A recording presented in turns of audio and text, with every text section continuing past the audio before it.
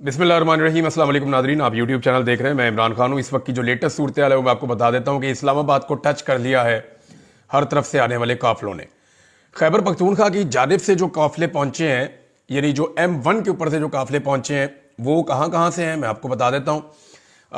बड़ी तादाद में काफिले पहले इकट्ठे हुए DI खान में काफिले पहुंचे थे। कुछ जो हैं वो बलूचिस्तान से, 3 बड़े काफिले थे जो बलूचिस्तान से आए थे। सरदार अयाज खान खेतरान का काफिला था, वो पूरा ही बलूचिस्तान क्रॉस करके आ रहे हैं क्योंकि वो खेतरान का इलाका वो बिल्कुल अलग साइड पे है। तो वहां से वो लोग पहुंचे और उनके लिए एक बड़ा लंबा और कठिन सफर था, लेकिन वो पहुंचे। सलार खान पहुंचे, बलूचिस्तान की जो क़यादत है वो लोग पहुंचे, ये DI खान में आ गए। इसके बाद जो खैबर पख्तूनख्वा के साउथ के एरियाज हैं, सदरन एरियाज हैं, वहां से 3 काफिले, शेर अफजल मरवत के भाई का काफिला था, फिर उमर अमीन गंडापुर का काफिला अपना था। इसके अलावा जो है वो एक बड़ा काफिला शाहिद कटक का था। ये काफिले सारे DI खान में इकट्ठे हुए, फिर ये आगे बढ़े। जब ये सी पैक पे आए तो वहां पुलिस ने इनके सामने रुकावटें रखी थी, तो इनका पहला इनकाउंटर वहां पे हुआ, पुलिस के साथ सामना हुआ और वहां पे बड़ी जबरदस्त झड़पें पुलिस के साथ चल रही थी। इतने में मियाँ वाली के लोग जो हैं वो उकब से कामयाब हो गए और उन्होंने रुकावटें तोड़ के सी पैक के ऊपर रास्ता बना लिया।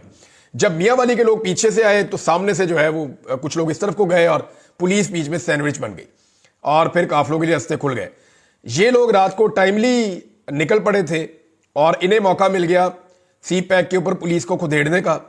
तो जब पुलिस भाग गई तो ये लोग मोटरवे पे पहुंच गए जो पेशावर से इस्लामाबाद की जानिब जाती है। अब इनके सामने रुकावटें बहुत कम थी, जो रुकावट आई है ये उसको उखाड़ते गए, उसको हटाते गए। और ये इतना बड़ा काफिला था कि एक आम शहरी ने एक वीडियो बना के शेयर की, वहां बैठा हुआ था, उसने 10 मिनट तक उसने रिकॉर्डिंग की है। तो 10 मिनट बस गाड़ियां भागती ही जा रही हैं और अच्छी खासी रफ्तार में गाड़ियां जा रही थी और वो उसके बाद भी वीडियो बना सकता था, काफिला खत्म नहीं हुआ था। तो 10 मिनट तक अगर गाड़ियां भागती जा रही हैं और इतनी ज्यादा गाड़ियां जा रही हैं सारे, और रोड के दोनों तरफ, आने वाली साइड पे भी और जाने वाली साइड पे भी, तमाम रास्ते इस्लामाबाद की तरफ जा रहे थे। तो ये लोग जाकर उतरे हैं। इस्लामाबाद से ज्यादा दूर नहीं है वो इलाका, ये अटक का एक एरिया है, वहां से ये उतरे नीचे और वहां से उतर के फिर इन्होंने रास्ता लिया इस्लामाबाद टोल प्लाजा का। ये इस्लामाबाद टोल प्लाजा से 15 किलोमीटर पहले जाकर रुक गए थे और इंतजार कर रहे थे अली अमीन गंडापुर का। इन्हें यह तवक्को भी थी कि अली अमीन गंडापुर पीछे से हमें कॉल भी कर सकते हैं कि उल्टे आओ वापस, कटी पहाड़ी के इलाके में जो रुकावटें उनको पीछे से मिलकर हमारे साथ मदद करो, लेकिन इन्हें यह कॉल नहीं आई। ये पूरा काफिला वहीं पर मौजूद रहा और जो अटक के शहरी हैं वो भी निकले और निकल के वो भी इस्लामाबाद टोल प्लाजा की तरफ आकर वो भी जमा हो गए। तो ये बहुत बड़ी तादाद में लोग हैं। खावर बुखारी साहब हैं अटक के, और बहुत सारे लोग हैं अटक के, कुछ MPAs हैं जो अटक से इलेक्शन जीते हैं, वो लोग भी हैं। तो ये सारे लोग आए और ये भी आके मोटर पे इकट्ठे हो गए। अब ये मियाँ वाली और अटक के लोग हैं, इनके अलावा बलूचिस्तान के और जो साउथ एरियाज हैं खैबर पख्तूनख्वा के, ये उनके लोग हैं। बन्नू से आए हुए लोग हैं, जनाब ये करक से आए हुए लोग हैं, ये वजीरिस्तान से आए हुए लोग हैं, ये DI खान से आए हुए लोग हैं। तो ये सारे लोग वहां इकट्ठे हो गए। अब ये हो गया काफिले का एक हिस्सा। यहां क्लेम किया जा रहा है कि 1 लाख के करीब लोग इसके साथ शायद मौजूद हैं, इतनी बड़ी तादाद में। अच्छा, जो दूसरा काफिला है जो बहुत बड़ा है वो अली अमीन गंडापुर का है और उसके अंदर भी 3 काफिले शामिल हो चुके हैं। एक उसके अंदर जो है वो मालाकंड डिवीजन शामिल हो गया, दूसरा उसके अंदर जो हजारा डिवीजन है वहां से जो लोग आए वो काफी लड़ते हुए आए, उन्होंने 3 रुकावटें दूर की, पंजाब में से गुजर के वो अली अमीन गंडापुर के पास आकर मिले। फिर इसी तरह जो मालाकंड के लोग हैं या चित्राल के लोग हैं या गिलगित बल्तिस्तान के लोग हैं वो भी इन्हीं रस्तों से होते हुए अली अमीन गंडापुर के काफिले से मिले। फिर गंडापुर का अपना एक काफिला है, पेशावर और सराउंडिंग के इधर जितने शहर हैं, आप कोहाट को ले लें, बाकी जगहों को ले लें, चारसदा को ले लें, ये सारे उनके साथ इकट्ठे हुए और इन्होंने आकर मोटरवे पे ट्रेवल करना शुरू किया। आगे इनको स्वाबी और मर्दान से जो वहां के कारकुन है उन्होंने ज्वाइन किया। ये सबसे आखिर में ये शामिल हुए क्योंकि ये सबसे करीब थे। और अब इनके सामने कटी पहाड़ी थी। कटी पहाड़ी वो एरिया है जहां पे 20,000 के करीब एहलकार मौजूद थे और ये प्रोफेशनली ट्रेंड है। इन्होंने काफी दिनों तैयारियां की हैं, बड़ी इन्होंने मैपिंग शैपिंग की है, हर चीज के हथियार जो इनको चाहिए थे वो इनको दिए गए हैं। इनके पास स्टन ग्रेनेड्स भी थे। ये स्टन ग्रेनेड जो होता है ना, मैंने पहले भी आपको एक दफा बताया था, ये इस्तेमाल हो चुका है माजी में। एक ऐसा ग्रेनेड है जिसको, ये मिलिट्री ग्रेड वेपन है, इसको इस्तेमाल किया जाता है जब कोई तंगो तारीख गलियों में या बंद घरों के अंदर ऑपरेशन किया जाता है मिलिट्री की जानिब से, तो इस ग्रेनेड को पहले अंदर फेंकते हैं। आपने देखा होगा अक्सर फौजी पहले अंदर ग्रेनेड फेंकते हैं, उससे एक धमाका होता है, धुआं होता है, फिर वो अंदर दाखिल होकर अटैक कर देते हैं। इस ग्रेनेड की खूबी यह है कि जहां पे ये फेंका जाता है ना, तो चंद सेकंड के लिए लोग हवास बाख्ता हो जाते हैं। यानी अगर उनके पास वेपन भी है तो वो फायर नहीं कर सकते। ये इंसान के औसान खता कर देता है। इतना जबरदस्त इसका धमाका और इसकी शिद्दत होती है, इसका थ्रस्ट इतना ज्यादा है कि ये बंदा मारता तो नहीं है लेकिन आदमियों को बेबस कर देता है। तो इसको इस्तेमाल किया गया है। बल्कि कुछ ग्रेनेड जो है, जो बाद में इन्होंने रिकवर किए वहां से पाकिस्तान तहरीक इंसाफ के कारकुनों ने, तो सुहेल अफरीदी ने निकाल कर दिखाए भी हैं सूबाई वजीर ने कि ये स्टन ग्रेनेड्स हैं और ये हमारे खिलाफ इस्तेमाल कर रही है रियासत, तो ये जुल्म है, ये हमारे साथ ना किया जाए। कुछ कारकुन जो है वो गिरफ्तार भी हुए पाकिस्तान तहरीक इंसाफ के, जो खैबर पख्तूनख्वा के काफिले के साथ आ रहे थे। तो उसके बदले में तहरीक इंसाफ के कारकुनों ने पुलिस वालों को यरगमाल बना लिया और फिर उनके साथ बातचीत करके पुलिस वाले छोड़ दिए और कारकुन जो है वो अपने वापस ले लिए। मौके के ऊपर ही फैसला हो गया, ना कोई अदालत ना कोई और चीज़। पुलिस वालों ने भी कहा ठीक है, अब अपने बंदे वापस लो, इनके बंदे छोड़ दो। पुलिस वाले कई जगहों पे पाकिस्तान तहरीक इंसाफ के कारकुनों के हत्थे चढ़े, लेकिन उन्होंने विजुअल्स बनाए तहरीक इंसाफ के कारकुनों ने, उनको सोशल मीडिया पे डाला भी कि हम इन्हें पानी पिला रहे हैं, हम इनका ख्याल कर रहे हैं। दूसरी तरफ कोई कारकुन अगर पुलिस के हत्थे चढ़ जाता है तो वो बहुत डंडे मारते हैं। ये हमने विजुअल देखा है कि अकेला कारकुन या 2 कारकुन या 4 कारकुन जहां पे पुलिस वालों के नरगे में आए, पुलिस वालों ने उनको बहुत मारा। लेकिन दूसरी जानिब आप ये देखेंगे जब अकेला पुलिस वाला या 2 4 5 पुलिस वाले कारकुनों के कब्जे में आ जाते हैं तो वो पानी भी पिलाते हैं, उनका ख्याल भी रखते हैं।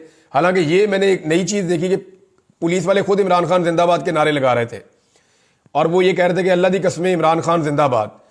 तो पाकिस्तान तहरीक इंसाफ के कारकुनों ने वीडियो बना के पुलिस वालों को छोड़ा कि जी आप जाएं, हमने आपको कुछ नहीं कहना, और आप बताएं आपके साथ किसी ने टॉर्चर किया, किसी ने जुल्म और ज्यादती की, किसी ने आपको कुछ नहीं कहा। तो ये इमरान खान साहब की तरबियत है। हाँ, ये जरूर है कि जब सामने से पुलिस मार रही होती है तो यहां से कारकुन भी पत्थर फेंक रहे होते हैं, ये भी उनके साथ लड़ते हैं। लेकिन अगर पकड़ लेते हैं तो दोनों का रवैया बिल्कुल मुख्तलिफ है। अगर पुलिस पकड़ लेती है कारकुन को तो बहुत मारती है, कारकुन पकड़ लेते हैं पुलिस को तो वो कुछ भी नहीं कहते, बल्कि वो बाहिफाजत छोड़ कर आते हैं, तरीका भी बताते हैं कि यहां से चले जाओ। कटी पहाड़ी में को 20,000 के करीब एहलकार थे, ट्रेंड एहलकार थे, उनके पास बेशुमार शेल्स थे, उन्होंने हजारों शेल फायर किए हैं। वहां से पत्थर भी फेंके गए गाड़ियों के ऊपर, स्टन ग्रेनेड्स भी मारे गए गाड़ियों के ऊपर, और गोली भी चली है, रबड़ की गोलियां बहुत ज्यादा चली हैं। लेकिन इसके बावजूद जो पाकिस्तान तहरीक इंसाफ के काफिले में मुराद सईद की पूरी टीम है, जो इस वक्त खैबर पख्तूनख्वा की काबीना का हिस्सा भी है, उन लोगों ने ये रुकावटें अबूर कर ली और वो पहाड़ों पर चढ़ गए। उन्होंने पुलिस से उनकी जगह छीन ली और ये 20,000 पुलिस एहलकार जो वहां पे मौजूद थे, ये वहां से भाग गए और इन्होंने देहातों में और इधर उधर मुख्तलिफ जगहों पे भागकर अपनी जान छुड़ाई। जबकि कारकुनों ने अब कटी पहाड़ी का सबसे मुश्किल मरहला अबूर कर लिया है। खैबर पख्तूनख्वा से जब भी कोई काफिला आता है ना, तो उसके सामने जो सबसे मुश्किल मरहला होता है, जिसको पार करना बिल्कुल मुमकिन नहीं होता। यानी अगर किसी भी पॉलिटिकल पार्टी को आप कहेंगे कि ये रुकावटें पार करो, तो वो कहेगी इनसेन है, ये हो नहीं सकता। ये तो पाकिस्तान तहरीक इंसाफ कोई जुनूनी पार्टी है, ये उसको क्रॉस कर लेते हैं हर दफा। तो इस मरतबा पिछली मरतबा से ज्यादा बंदोबस्त किया गया था, ज्यादा कंटेनर थे, ज्यादा खंदकें थी, ज्यादा आंसू गैस थी, ज्यादा रबड़ की गोलियां थी, एहलकार भी ज्यादा थे। लेकिन इसके बावजूद पाकिस्तान तहरीक इंसाफ ने सुबह उठने के बाद जोर लगाना शुरू किया और चंद घंटों के अंदर इसको क्लियर कर दिया। तो कटी पहाड़ी क्रॉस कर रहा है बुशरा बीबी और अली अमीन गंडापुर का मेन काफिला, जिसके अंदर दीगर 3 काफिले भी शामिल है, और चौथा जो बड़ा काफिला है वो उनका इंतजार इस्लामाबाद के दरवाजे पे कर रहा है। अब ये सारे यहां इकट्ठे हो रहे हैं। दूसरी जानिब पंजाब से भी कुछ काफिले पहुंचना शुरू हो गए। उन्होंने हकला का जो पॉइंट है उसको क्लियर कर दिया। हकला जो है वो एक बड़ा मुश्किल पॉइंट था, उसको भी पंजाब से आने वालों ने क्लियर कर दिया है। तो ये सारे काफिले इस वक्त इकट्ठे हो जाएंगे मोटरवे के ऊपर। मोटरवे पे इकट्ठे होने वाले लोगों की जो गिनती है वो बहुत बड़ी है। यानी इतनी बड़ी तादाद में आज तक पाकिस्तान की तारीख में पाकिस्तानी इस्लामाबाद की तरफ नहीं आए। ये सबसे बड़ी तादाद में पहली मरतबा पाकिस्तानी इस्लामाबाद पहुंचे और हर तरह की रुकावट और फस्तायत को अबूर करके पहुंचे। अभी पंजाब के कुछ मामला हैं, देखिए, अगर अयाज खान खेतरान पूरा का पूरा बलूचिस्तान क्रॉस करके वो इस्लामाबाद पहुंच सकता है, तो जो पंजाब के शहरी है या वहां की जो लीडरशिप है वो क्यों नहीं इस्लामाबाद पहुंच पाई। अभी रावलपिंडी और इस्लामाबाद का इम्तिहान बाकी है, उन्होंने अपनी तवानाइयां बचा के रखी हुई हैं। अभी उनके अनाउंसमेंट आना शुरू हुए हैं कि मगरिब के वक्त वो अपनी कार्रवाई शुरू करेंगे। आखिरी रुकावट इस वक्त कौन सी है पाकिस्तान तहरीक इंसाफ के सामने, या जो बड़े काफिले आ रहे हैं उनके सामने? अब उनकी ताकत बहुत बढ़ गई है काफिलों की, और वो बहुत जबरदस्त शिद्दत के साथ आ रहे हैं। लेकिन आखिरी रुकावट जो है वो है 26 नंबर। 26 नंबर का जो एरिया है, यहां पे पुलिस पूरा बंदोबस्त करती है कि इसको कोई क्रॉस ना कर सके। लेकिन यहां प्रॉब्लम यह है कि अंदर की तरफ से बड़ा दबाव है रावलपिंडी और इस्लामाबाद के शहरियों का। जब वो इस्तकबाल करने के लिए आएंगे तो पुलिस के लिए वहां खड़ा होना मुमकिन नहीं रहेगा। तो ये कंटेनर, जैसे हमने पहले देखा, कंटेनर तिनकों की तरह लोग कभी उधर धकेल रहे हैं, कभी उधर धकेल रहे हैं। जो कंटेनर्स वेल्ड किए हुए थे उनको गाड़ियों के साथ खींच कर ले जाते हैं, कंटेनर्स को रस्से डाल के खींच लेते हैं। तो कारकुनों ने कसर कोई छोड़ी नहीं। अभी तो रस्ते में कोई कंटेनर दिखाई नहीं दे रहा।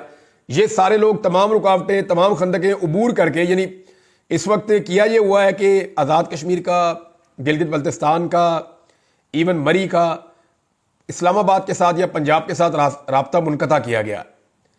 हत्ता कि खैबर पख्तूनख्वा के साथ भी इनका राब्ता मुनक़ता कर दिया गया। और ये इस हुकूमत ने डर के मारे किया है। लेकिन जहां जहां पे रस्ते बहाल हो रहे हैं, लोग निकल रहे हैं और पहुंच रहे हैं। अगर हुकूमत ने फौरी तौर पर मामलात को दुरुस्त ना किया तो जो बड़ी तादाद में लोग मजीद पीछे से आना चाह रहे हैं, वो हुकूमत जब पहुंचेगी तो हुकूमत के कंट्रोल से चीज़ें बाहर हो जाएंगी। लाखों लोग आगे बढ़ रहे हैं और इस्लामाबाद के काफ़ी करीब पहुंच चुके हैं। इस्लामाबाद पे एक बहुत बड़ा हुजूम दस्तक दे रहा है पाकिस्तानियों का। ये पूरे पाकिस्तान से आए हुए लोग हैं जो 25 करोड़ पाकिस्तानियों की नुमाइंदगी कर रहे हैं इस्लामाबाद के दरवाजे पर। अब 26 नंबर को जब ये क्रॉस करेंगे तो इनकी अगली मंजिल होगी डायरेक्टली डी चौक। डी चौक में क्या होगा? डी चौक में मुझे ऐसा लगता है कि इन लोगों के पहुंचने से पहले ही जितनी लड़ाई होनी है वो हो जानी है और इस्लामाबाद के शहरी निकल आएंगे। आमिर मुगल ने कहा है कि हम अपनी तवानाइयां ज़ाया नहीं कर रहे, लेकिन हम सबको कह रहे हैं कि तैयार हो जाएं, अपनी अपनी चीज़ें तैयार कर लें। इमरान खान साहब से एक मुलाकात भी हुई है। देखिए, इमरान खान साहब को जेल में एक पैगाम भिजवाया गया और वो पैगाम लेकर बैरिस्टर गौर गए। इमरान खान साहब ने उस पैगाम के ऊपर ओके नहीं किया। देखिए, इमरान खान साहब को इससे पहले ऑफर थी कि आपको बनी गाला शिफ्ट कर देते हैं, आप हाउस अरेस्ट हो जाएं, चीज़ें चंद दिनों में बेहतर हो जाएंगी, आप इसको कॉल ऑफ कर दें। आज फिर इमरान खान साहब को कहा गया कि आपकी कुछ और बातें भी मान लेते हैं, किसी एक बात के ऊपर आ जाएं, आप इसको कॉल ऑफ कर दें। बल्कि यह भी कहा गया कि आपको खैबर पख्तूनख्वा भेज देते हैं, आप वहां चले जाएं, लेकिन इस वक्त इस एहतजाज को कॉल ऑफ कर दें। तो इमरान खान साहब ने कहा नहीं, पहले डी चौक पहुंचो फिर फैसला करते हैं। तो उन्होंने अपने कारकुनों को यह कहा कि आपने डी चौक पहुंचना है और इमरान खान साहब की अहलिया बुशरा बीबी अली अमीन के साथ मिलकर लीड कर रही है और वो तकारीर भी उन्होंने की है 2-3 दफ़ा। कारकुनों को उन्होंने पैगाम दिया कि हमने इमरान खान को लेकर वापस आना है। वो सिर्फ मेरा शौहर नहीं है, वो पाकिस्तान का बहुत बड़ा लीडर भी है और हमने उसको लेकर वापस आना है। आपने मेरा साथ देना है। मैं अकेली भी रह गई ना तो वहां खड़ी रहूंगी, मैं वहां से नहीं हिलूंगी, मैं आखिरी सांस तक वहां पे खड़ी होकर मुकाबला करूंगी, मैं अपने शौहर को लेकर आऊंगी।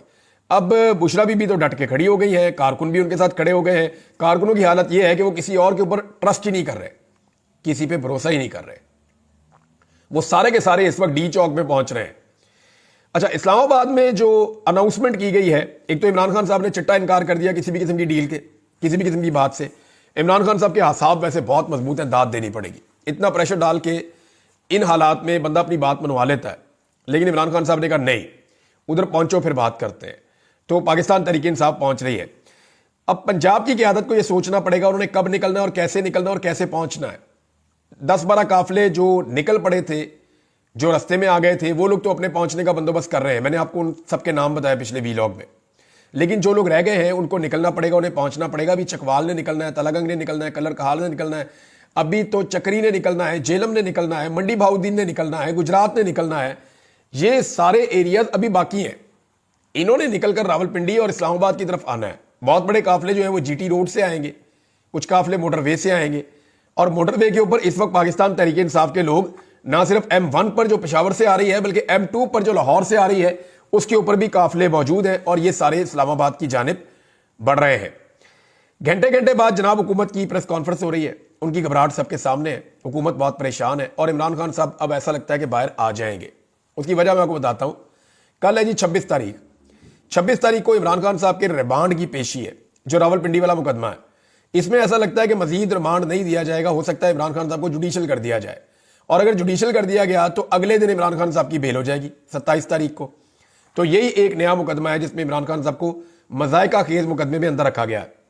दूसरा, जो इमरान खान साहब का लाहौर में 8 मुकदमात वाला मामला चल रहा है, वहां पर हुकूमत के पास अब कोई ऐसी वजह नहीं है कि इमरान खान साहब की जमानत ना होने दी जाए। बाकी सारे केसेस में उनकी जमानत हो गई है तो इन 8 केसेस में भी हो जानी चाहिए। अगर 27 तारीख को इमरान खान साहब को इन 8 केसों में जमानत मिल जाती है और रावलपिंडी वाले एक में मिल जाती है, तो फिर इमरान खान साहब एक आजाद शहरी हैं, इसलिए कि इससे पहले के तमाम मुकदमात में इमरान खान साहब या तो बाइज्जत बरी हो चुके हैं, या उनकी सजा मुअत्तल हो चुकी है, या इमरान खान साहब जो है उनकी जमानत कंफर्म हो चुकी है। अब इस वक्त 27 तारीख की तरफ सब लोग देख रहे हैं। अगर 26 तारीख को अगर पहुंच जाते हैं सब लोग डी चौक में, तो 26 को जो अदालती कार्रवाइयां होंगी और जो 27 को होंगी, उनके नतीजे में बहुत मुमकिन है कि इमरान खान साहब रिहा हो और वो रिहाई के बाद फौरी तौर पे इस्लामाबाद आए और डी चौक में खड़े होकर वो अपने लोगों से तकरीर करें और उनसे खिताब करें, और खिताब करने के बाद वो अपने मुतालबात रखें और अगली तारीख देखकर फिलहाल वापस चले जाएं। ये एक सूरत हो सकती है, विन विन सिचुएशन सबके लिए। लेकिन अगर इन लोगों के साथ जोर जबरदस्ती की गई तो खुदा ना खास्ता कोई सानिया भी हो सकता है। और हुकूमत को इस बात का ख्याल रखना चाहिए कि दूसरे सूबों से पुलिस बुलाई हुई है, वो पुलिस वाले बेचारे बीमार हो रहे हैं, उनको रात को तंबुओं के अंदर सर्दी में सुला दिया, उनको ठंड भी लग रही है, ना उनको खाना पीना अच्छा मिल रहा है, ना उनका कोई ख्याल रख रहा है, उनको सिर्फ डंडे पकड़ाए हुए हैं आपने लोगों को मारने, वो बेचारे अपने घरों से इतनी दूर आए हुए हैं। तो मेरी एक गुजारिश उन पुलिस वालों से है कि आपने अपनी सिक्योरिटी का बहुत ख्याल रखना है।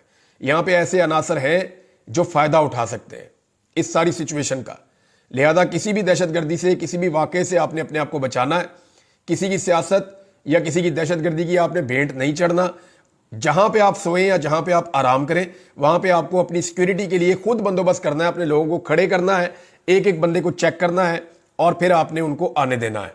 अदरवाइज ये एक लैप्स हो जाएगा ना, तो सिक्योरिटी का लैप नहीं होना चाहिए। सिक्योरिटी वालों को चाहिए कि खुद अपना भी ख्याल रखें और अपने साथ जो साथी आए उनका भी ख्याल रखें, क्योंकि इस्लामाबाद इंतजामिया तो खुद गर्ज है, हुकूमत को तो आपसे कोई गर्ज नहीं है। वो तो ऐसा लगता है कि उन्होंने पुलिस वालों को बीमार होने के लिए बुलाया और बीमार होने के लिए छोड़ दिया है। इस्लामाबाद और रावलपिंडी की आवाम के लिए एक गुजारिश है, ये लोग लगभग जब पहुंचेंगे तो 2 दिन हो जाएंगे इनको चले हुए, और शदीद लड़ाई के बाद ये लोग पहुंचे हैं आपके पास और इन्होंने बड़ी तकालीफ बर्दाश्त की है, आंसू गैस की शेलिंग खाई है, डंडे खाए हैं, बड़ा जागते रहे हैं, बड़ी देर लड़ते रहे हैं।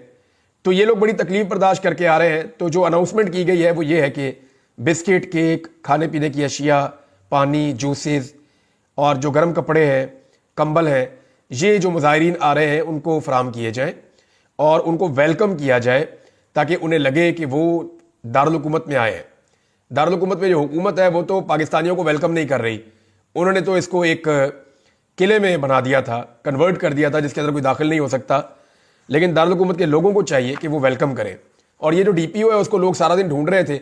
अगर किसी सरकारी अफसर ने यूनिफॉर्म में बैठ के सियासी बयान देखना है ना या देना है, तो वो पहले इस बंदे की शक्ल देखे, गौर से देखे और फिर इबरत हासिल करे जो लोगों ने इसके साथ कर दी है। होना तो ये चाहिए जब हुकूमत तब्दील हो तो इस डीपीओ को एक दिन अटक के पुल पे खड़ा किया जाए और जो भी खैबर पख्तूनख्वा से आई उसको वेलकम करे। और ये कोई बुरी बात नहीं है, इसने तौहीन की थी लोगों की, लिहाजा इसको उन्हें वेलकम करना चाहिए। डीपीओ कहीं दिखाई नहीं दे रहा, पता चला उसको टिकटॉक का भी शौक है, अब जितने मर्जी बना ले।